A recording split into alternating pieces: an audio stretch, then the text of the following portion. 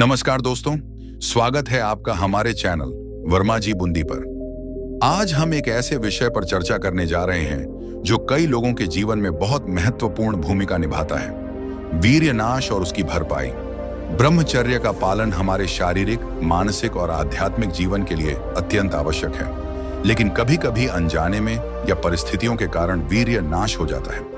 इससे जुड़ी कई चिंताएं और प्रश्न उठते हैं, जैसे कि इस नुकसान की भरपाई कितने दिनों में हो सकती है और इसे रोकने के लिए कौन से उपाय किए जा सकते हैं। इस वीडियो में हम इन्हीं सवालों का गहराई से उत्तर देंगे और आपको बताएंगे कि आप कैसे ब्रह्मचर्य की रक्षा कर सकते हैं। सबसे पहले हमें यह समझना होगा कि वीर्य नाश का प्रभाव हमारे शरीर और मन पर कितना गहरा होता है।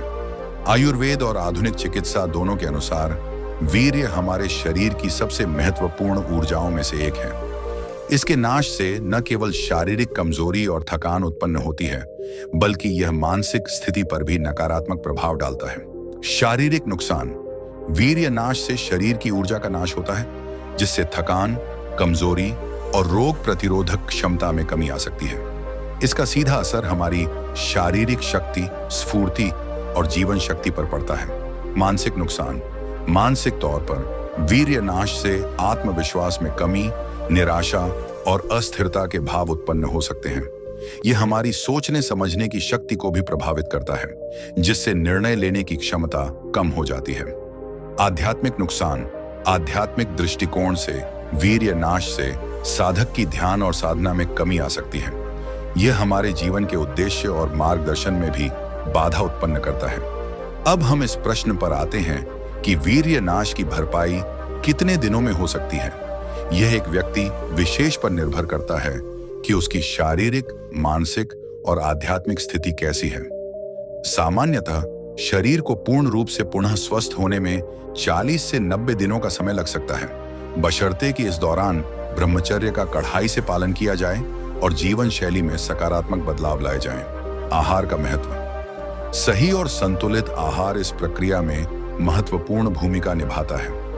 ऐसे खाद्य पदार्थ जो शरीर में ऊर्जा और शक्ति बढ़ाते हैं, जैसे कि दूध, घी, बादाम और हरी सब्जियां, उन्हें आहार में शामिल करना चाहिए। यह वीर्य की गुणवत्ता और मात्रा को बढ़ाने में मदद करता है। योग और प्राणायाम: योग और प्राणायाम से शरीर की शारीरिक और मानसिक स्थिति को संतुलित किया जा सकता है। विशेष रूप से अश्विनी मुद्रा और विपरीत करणी मुद्रा, जो कि वीर्य की रक्षा और पुनः निर्माण में मदद करती हैं, का नियमित अभ्यास करें। इसके साथ ही अनुलोम विलोम प्राणायाम से मन और शरीर में स्थिरता आती है। ध्यान और मानसिक शांति: ध्यान के माध्यम से मानसिक स्थिति को संतुलित करना अत्यंत महत्वपूर्ण है। यह न केवल मन को शांत करता है, बल्कि ब्रह्मचर्य की ओर आकर्षण को भी बढ़ाता है। प्रतिदिन कम से कम 15-20 मिनट ध्यान का अभ्यास करें, जिससे मन की चंचलता कम हो और ब्रह्मचर्य में दृढ़ता बनी रहे। जीवन शैली में परिवर्तन: आपकी जीवन शैली भी इस प्रक्रिया को प्रभावित करती है। रात को जल्दी सोने और सुबह जल्दी उठने की आदत डालें। अनावश्यक विचारों और गतिविधियों से दूर रहें और अपने दिनचर्या को संयमित और अनुशासित बनाएं। ब्रह्मचर्य की रक्षा करना न केवल शारीरिक, बल्कि मानसिक और आध्यात्मिक प्रयासों से भी संभव है। यहाँ कुछ प्रमुख उपाय दिए जा रहे हैं। संगत का चयन: आपकी संगत का आपके मानसिक और शारीरिक स्वास्थ्य पर गहरा प्रभाव पड़ता है। सकारात्मक, प्रेरणादायक और साधना में रुचि रखने वाले लोगों के साथ समय बिताएं। नकारात्मक विचारों और आदतों वाले लोगों से दूरी बनाएं। आध्यात्मिक अध्ययन: ब्रह्मचर्य की रक्षा के लिए आध्यात्मिक ग्रंथों का अध्ययन बहुत मददगार होता है। भगवद गीता, उपनिषद और अन्य धर्म ग्रंथों का अध्ययन करें, जो आपको आध्यात्मिक मार्ग पर स्थिर रहने में मदद करें। ध्यान और भक्ति: ध्यान और भक्ति का नियमित अभ्यास आपको मानसिक शांति और स्थिरता प्रदान करेगा।